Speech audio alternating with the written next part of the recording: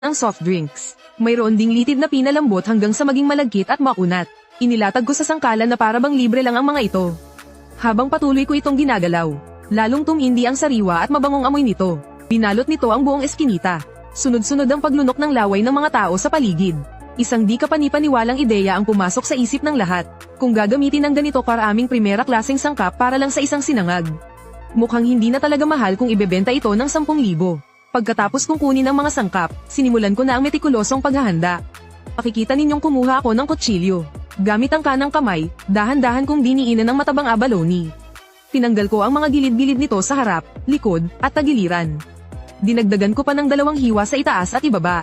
Itinira ko lang ang pinakamalambot na laman sa gitna. Ang mga natirang hiwa naman ay diretso kong ibinalik sa banga.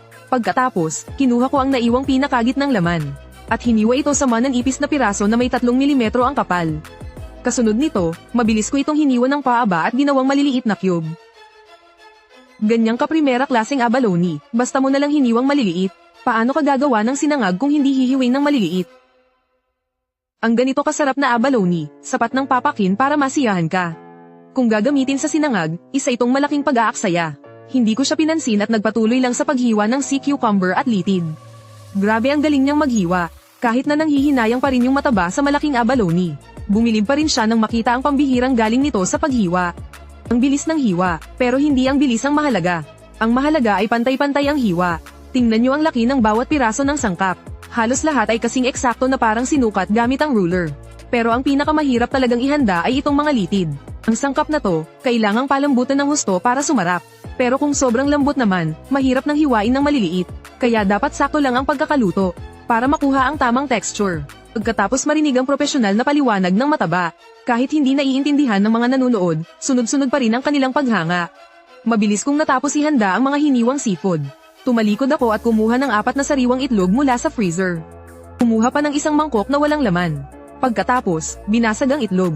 Mahusay niyang inihiwalay ang lahat ng puti ng itlog.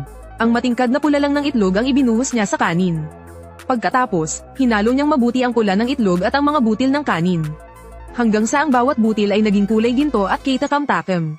Tanging ang sinangag na niluto sa ganitong paraan. Ang tunay na kulay ginto. Ito rin ang tinatawag na gintong nakabalot sa pilak ayon sa alamat.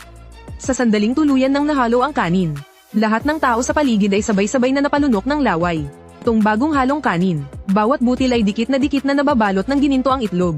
Pagkatapos, kinuha ko ang gininto ang kanin at iba't ibang mamahaling sangkap at idinaan sa isang komplikadong paggisa.